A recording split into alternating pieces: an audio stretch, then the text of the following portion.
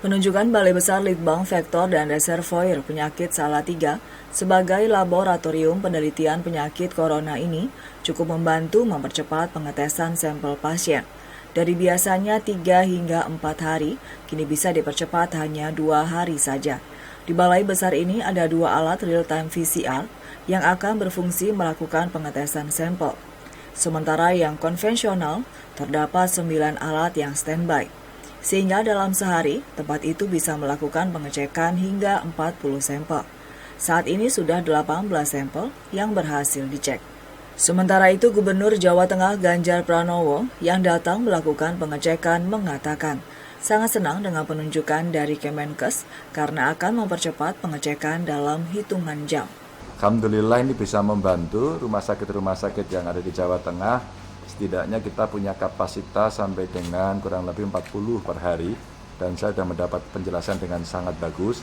Kalau kita bisa memasukkan sampel itu sebelum jam 12, maka insya Allah hari itu juga sore akan jadi. Tapi kalau lebih dari itu, maka hari kedua jadi. Ini sudah menunjukkan satu progres yang sangat bagus bahwa di Salatiga ini bisa membantu untuk melakukan percepatan. Jadi kalau kita ngambil pahitnya gitu ya 2 hari sudah pasti ada hasilnya. Apakah hasil itu positif atau negatif itu penting untuk kita memberikan perlakuan terhadap pasien. Kalau positif mesti diapakan, nanti kalau negatif mesti diapakan, dan inilah yang bisa membantu tentu dari Kementerian Kesehatan menyebarkan lebih banyak lagi lembaga-lembaga seperti ini agar daerah bisa memanfaatkan fasilitas ini agar penanganan pasien jauh bisa lebih cepat dan pasti. Ada usulan daerah lain Pak yang dijadikan tempat? Iya, sementara sebenarnya kalau Jawa Tengah kan yang ditunjuk di sini sama Karyadi ya, Rumah Sakit Karyadi ya. Jadi Rumah Sakit Karyadi sekarang tinggal kita dorong agar betul-betul siap seperti ini. Ya.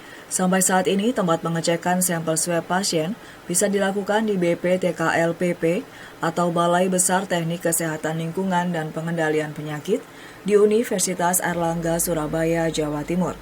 Lembaga Eijkman atau Eijkman Institute for Molecular Biology di Jakarta dan sejumlah lokasi yang masih diuji cobakan. Restu Indah melaporkan.